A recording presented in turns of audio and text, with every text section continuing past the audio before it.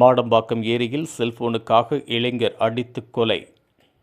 சென்னை தாம்பரம் அடுத்த மாடம்பாக்கம் ஏரி பகுதியில் கொடுங்கையூரை சேர்ந்த 31 வயதான சதீஷ் என்கின்ற சக்தி என்ற இளைஞர் அடித்து சித்திரவதை செய்து கொலை செய்யப்பட்டுள்ளார்.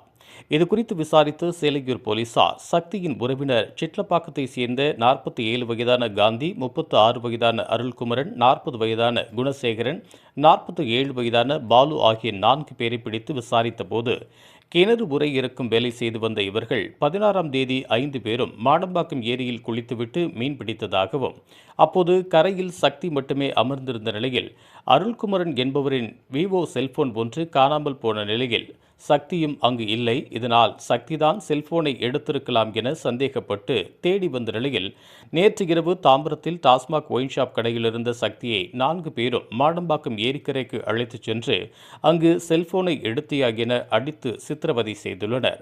இதில் கடைசி வரையில் தான் செல்போனை எடுக்கவில்லை என கூறிய சக்தியை ஒரு கட்டத்தில் நீரில் முக்கியும் அடித்தும் கொலை செய்ததாக ஒப்புக்கொண்டனர்.